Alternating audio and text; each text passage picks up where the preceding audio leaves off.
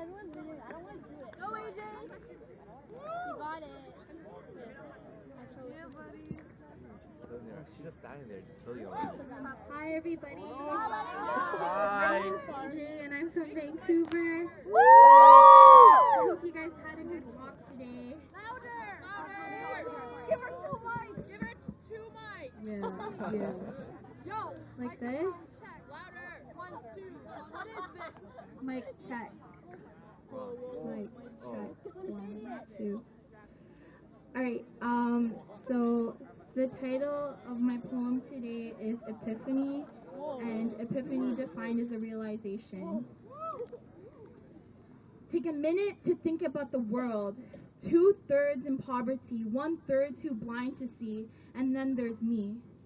Laying in my queen bed, unsatisfied as if I was the real queen. You'd think I was royalty with the way I gleamed. In actuality, I'm just a really, really, really materialistic teen. I sigh and I start to fiend for things I don't even really need. A new camera, more clothes, more makeup, more souls. I start to take for granted all things already around me. MacBook Pro, cable shows, the unused radio. I want more. I need more.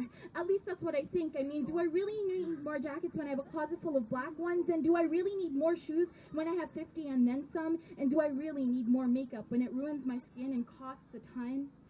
Take a minute to think about the world. 2/3 in poverty, 1/3 too blind to see, and then there's me. The scrambling of my questions lead my eyes to wander around the room, giving my spirit palpitations, irregular tremors, and allowing gravitation to move my heart.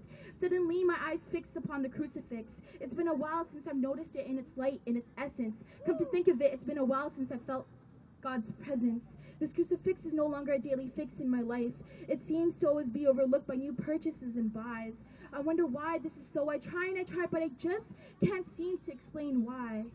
Maybe it's the influential world around me giving me more excuses to forget rather than remember that money is the root of all things evil. Or maybe it's my ignorant mind allowing me to think all items in this world is for retrieval. No excuses. I live in a country so free, no limitations, so I can be who I want to be, change the world to what I want to see. Whatever these materialistic fees may be, it's taking me away from who I need to be. And what I need to be is a champion of the poor and the child of a king who he's proud to see. Take a minute to think about the world. 2/3 in poverty, 1/3 too blind to see, and then there's me.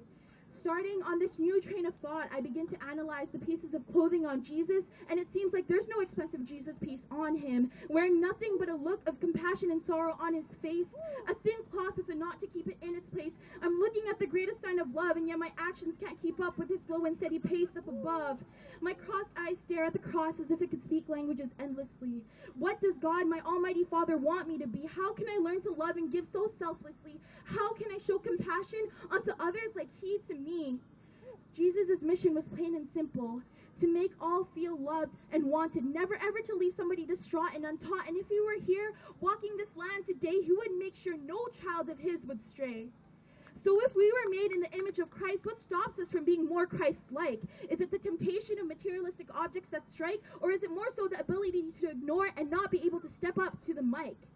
Too many times do we see children being eaten by flies and malnutrition, and too many times do we believe that all of this poverty, all of this struggle is pure fiction. But we need to open our eyes and realize that this is real and it happens. This trial is not surreal, and sometimes the world gives no option but to dampen and tamper to a point where life isn't life to some people anymore. Take a minute to think about the world. 2/3 in poverty, 1/3 too blind to see, and then there's me. So this is the point where I come to my epiphany. There are children much younger who have seen sights they should have never seen. There are moms in this world as old as me giving life to children in a land of disease. There are men leading up to a life of struggle and pure poverty. And then there's me, Epiphany.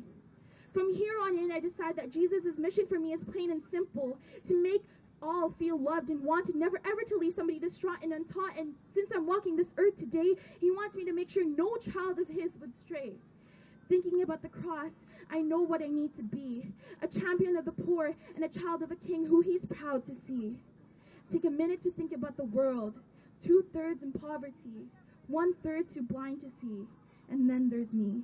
Thank you.